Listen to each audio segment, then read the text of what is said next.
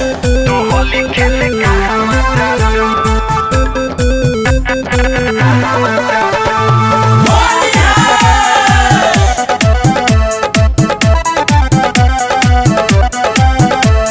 Music by Mantu मनी।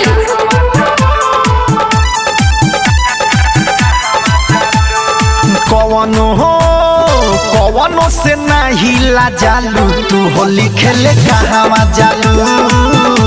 तू होली खेले कहवा जालू। भले बारा कहा बड़ो घर के लई की कहालू। तू होली खेले कहवा जालू। तू होली खेले कहवा जालू। अरे कवनो से नहीं लाजालू तू होली खेले कहवा जालू। तू होली खेले कहवा जालू। डीजे मनीष रक्सौल। ज्योति रिकॉर्डिंग स्टूडियो घोड़ा सहन लखान। होली खेले कहवा जालू। चोली बतोहर रंगाइल अलहंगाला सराइल तू कोल्हे कहाँ गइलू हो।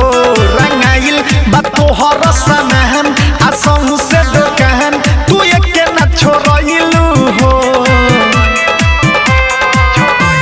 ये बहदी चोली बतोहर रंगाइल अलहंगाला सराइल तू कोल्हे कहाँ गइलू हो। रंगाइल बतोहर समान असहु से गोदाम तू एके न छोड़इलू हो।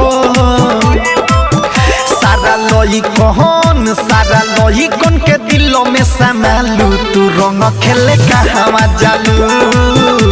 तू होली खेले कहवा जालू। अरे कवनो से नहीं लाजालू तू रंग खेले कहवा जालू। तू होली खेले कहवा जालू।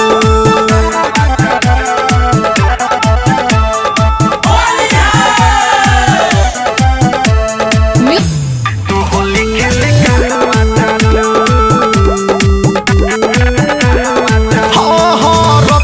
रत्नेश के साथे धराइल रहू राते तू घर के पिछुआरी में। सुधीर आ साथे नीतीश आले के दुगो किस रंग लगवले बसारी में।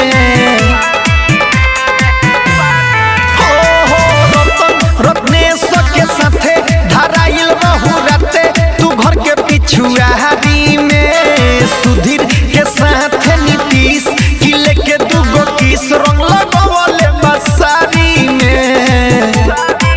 कि तोरा पीछे पड़ल बावे देखो कालू की होली खेले कहवा जालू।